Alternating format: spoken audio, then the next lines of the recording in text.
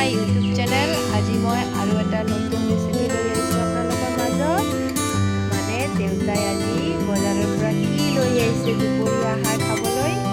তো দুপৰীয়া আহাৰত মই কি বনাম আৰু কি ইউজ কৰিছোঁ মছলা চাওক। আৰু যদি মোৰ ভিডিঅ'টো আপোনালোকক ভাল লাগে তেনেহ'লে লাইক, শ্বেয়াৰ, কমেণ্ট আৰু ছাবস্ক্ৰাইব কৰি দিব আৰু ওচৰত থকা বেল আইকনটো প্ৰেছ কৰি দিব। তো চাওক মই দুপৰীয়া আহাৰত